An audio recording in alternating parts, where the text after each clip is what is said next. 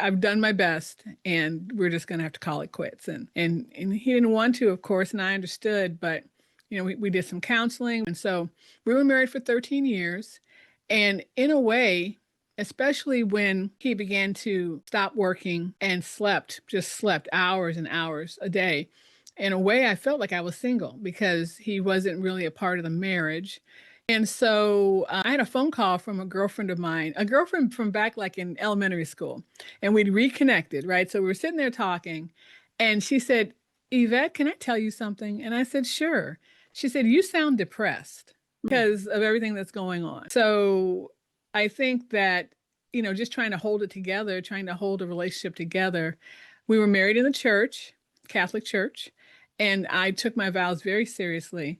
But then at the end, at about year 12, there was some behavior on his part that came when he was in a manic episode.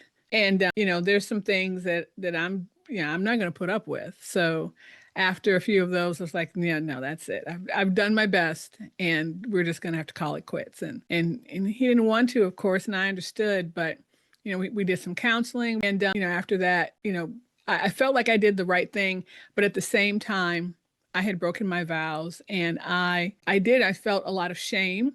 I felt a lot of guilt because again, he had a disorder.